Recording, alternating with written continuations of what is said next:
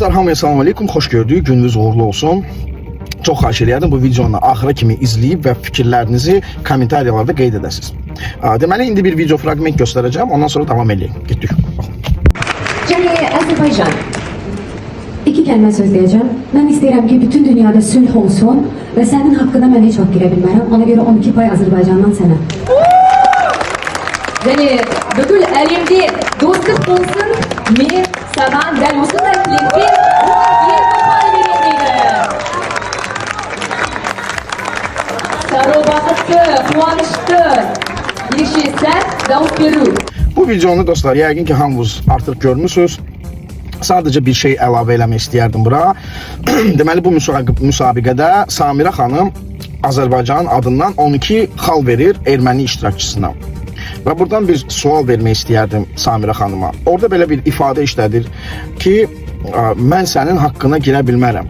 Və Samira xanım Azərbaycanın adından erməni bir iştirakçısına 12 xal verməklə, onu belə isti qucaqlayıb bağrınıza basmaqla Azərbaycan xalqının haqqına girmiş olmursunuz. Azərbaycanda şəhid ailələrinin haqqına girmiş olmursunuz. Azərbaycan qazilərinin haqqına girmiş olmursunuz. 30 il əziyyət çəkən Azərbaycanlıların haqqına girmiş olmursunuz. Azərbaycanlıların hissləri ilə oynamağının haqqına girmiş olmursunuz. Bu nə dərəcədə düzgündür ki, erməniyə xal verib, onu belə səmimi qəlbdən qucaqlayıb bağrınıza basırsınız. Başka bir sual da yaranır buradan. Görəsən, Azərbaycanın yerinə Ermənistan olsaydı, Azərbaycana eynən xalı verərdi mi?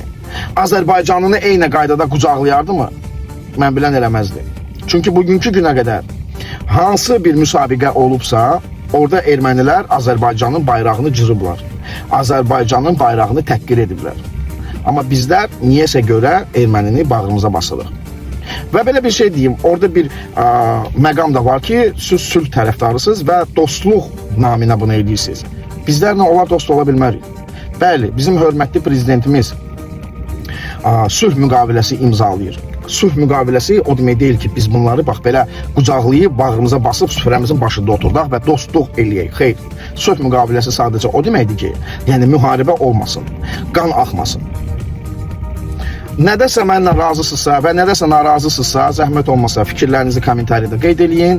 İnşallah Allah bizim milləti qorusun. Bizim millət çox tolerant millətdir. Bizim millət çox mərd millətdir. Bizim millət çox qonaqpərvər millətdir. Amma bizim millətdə bir balaca bir pis xüsusiyyət var. O da unutqanlıqdır. Bu da bizdə var. Təəssüflər olsun. Amma ki onu deyərdim ki, Allah Taala bizim millətimizi qorusun. Başta bizim prezidentimiz olmaq şərti ilə.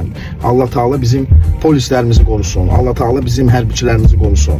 Allah Taala ümumiyyətcə bizim millətin keşiyində duran hər bir kəsi qorusun.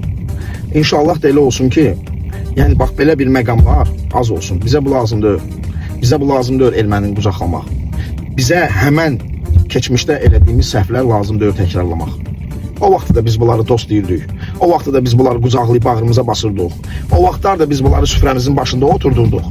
Axırda neynədilər? Axırda 92-ci ildə Xocalı faciəsini elədilər. Axırda bizim milləti öz evlərindən qovdular. Axırda bizim milləti arxadan kürəklərindən güllələdilər. Qadınlarımızı zorladılar, uşaqlarımızı yandırdılar. Bizə bu lazımdır. Neyse, çox sağ olun. Allah'a emanet.